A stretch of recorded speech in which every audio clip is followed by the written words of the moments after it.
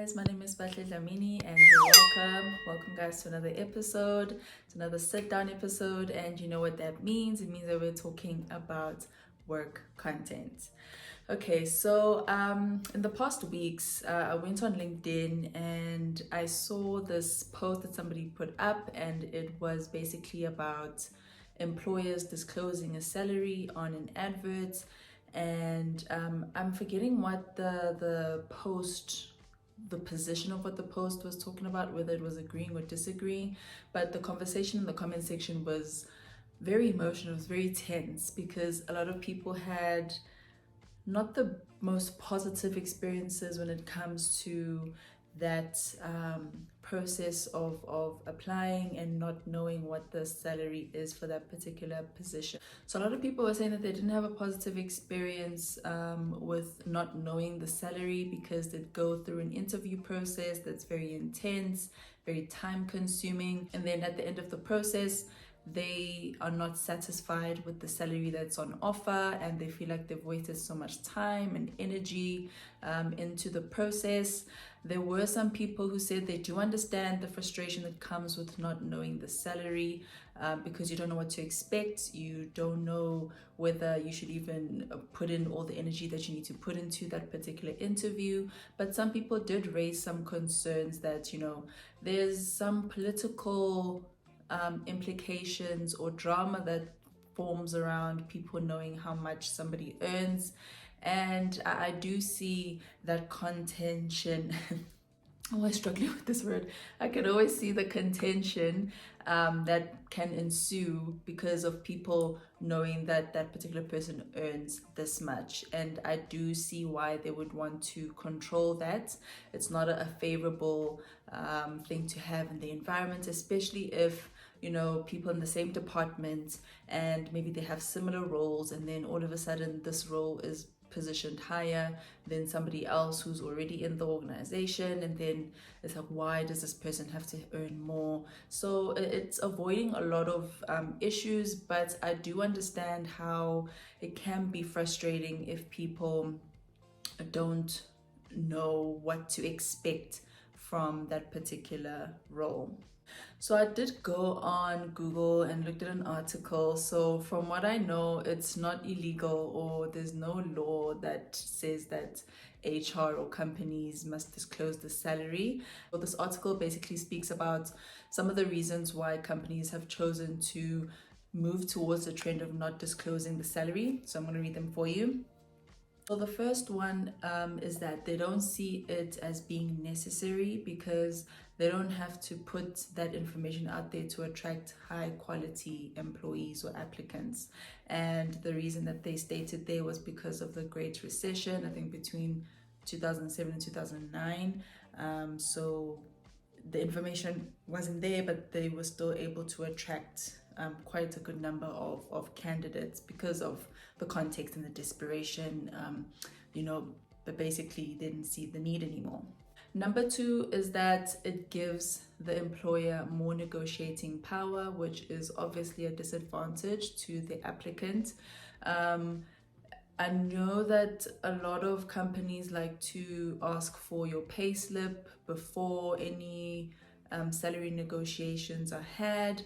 I'm going to have another video about that because I'm also not sure about should we not, but it does give the employer more negotiating power if they kind of make the offer for you and you kind of don't know what it is that you're working with. So that's the disadvantage for the applicant, but more of an advantage for the employer. So the third one refers to the other reason that I said, is that it helps them avoid any competition between employees. So it does help with that. It's not good to have those type of fights and grievances being raised because people know each other's salaries, and at the end of the day it is personal information. You don't want to be walking out or walking around and people knowing how much you're getting paid. So it's not a good situation to be in. So I do understand point 3, which is avoiding drama that can come out of people knowing your personal information.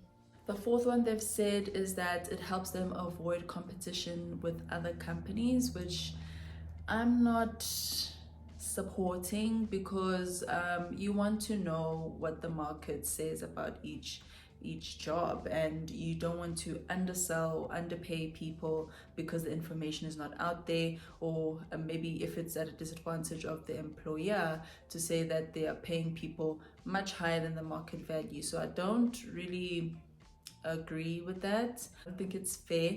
I think it's important for the market to disclose what the salary range for each role or each position, so that people can make informed decisions.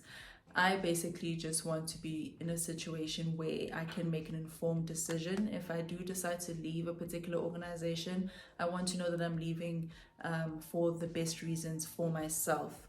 And even if you are starting out in your career, you want to be sure that you are not underselling yourself, even though you might not have the experience, but also you don't want to be exploited because you don't have the information that you need. So story time.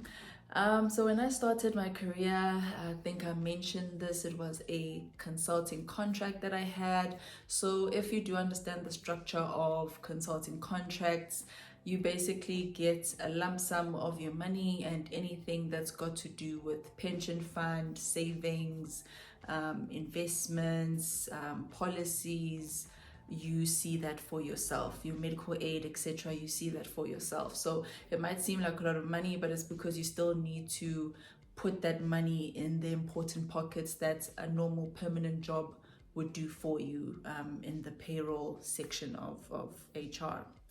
So what happened was I started working and I got a call from my next employer, and basically the salary was reflected on the advert. So the reason why I was so reluctant on my call with HR, I was like, I can see that the salary offer is much lower than what I'm getting now, so I don't see why I need to come to the interview. I didn't say it in all those words, but I was kind of very reluctant. And by the grace of God, the lady from HR just said to me, no, just come to the interview. You never know, just have the conversation and you can decide afterwards. Okay, and I went to the interview, had a good interview, a good chat. And then afterwards, I got a call that they were willing to negotiate and meet me where I am.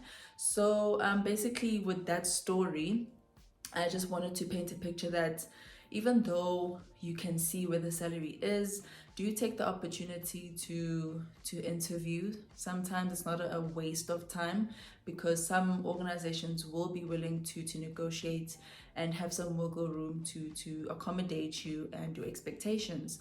So that was another, miracle, and God doing what he does best.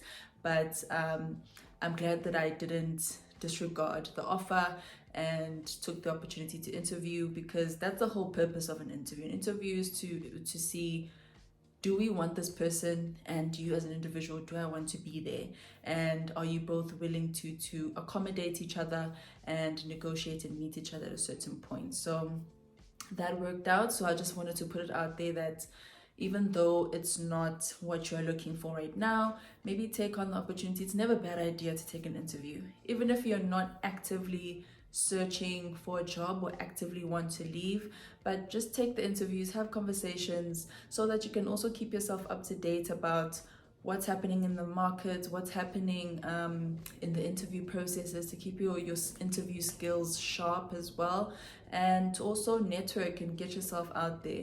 You might not always get the job that you're looking for, or you might not always be willing to leave, but I think it's also a good thing to do just to keep yourself up to date with what's happening. So my 2 cents advice. The article that I read did give us some tips on how we can deal with the situation where we don't know what the salary is, but we might be interested in engaging with that company. The first point that they say is negotiate your salary.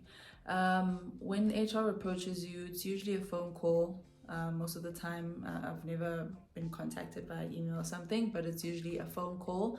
And that initial conversation, be open to asking the questions, or the scary and uncomfortable questions when it comes to money, especially if you know that you're not willing to step out of your current situation for something that's lower or something that doesn't speak to you currently. So make sure that you have the conversation, negotiate your salary.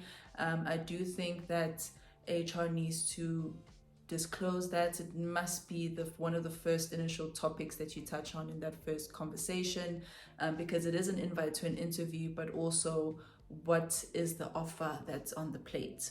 Even though the adverts didn't indicate the salary, I do think that at that point it's important for HR to then start having the money conversation so that people make informed decisions as they move forward. But also just don't be too scared to put your number out there. It's not a bad, I know it feels horrible to say that I want this, and you feel like it sounds to them, it better be this. But it's just saying that this is where I want to start, because they always say aim, what do they say? Shoot high and then negotiate lower, so that when you start negotiating, you're not negotiating back to a negative amount, but you started high and then you can negotiate to a place where you're also comfortable. So it's a give and take, but just don't be too nervous to have that conversation. It is uncomfortable for some people, but do have the conversation. It'll benefit you at the end. Also say do research on the company, especially in terms of the market range for that particular job, especially in your region, because we do know that some regions there's a variance in terms of salary ranges per region. So do that research. I think Payscale is a good, what would you call it? A good site where you can do some research on the market range. Even when you are having your negotiations, you're not selling yourself short. At least you know that, okay, for this particular role at this level in this area, people usually get paid this much. So based on my experience and my qualifications and all of those things, I can place myself here and I'd be comfortable maybe if I negotiated just a bit lower. If they do want to negotiate with me, hopefully they don't, but this is where I'll be comfortable, and then have that conversation with HR. So do your research on the company, do your research in terms of the market range for that role. Lastly, they say get that salary approval or negotiation number that you guys have agreed on in writing, so that you don't have any issues afterwards. So be sure that you get that in writing.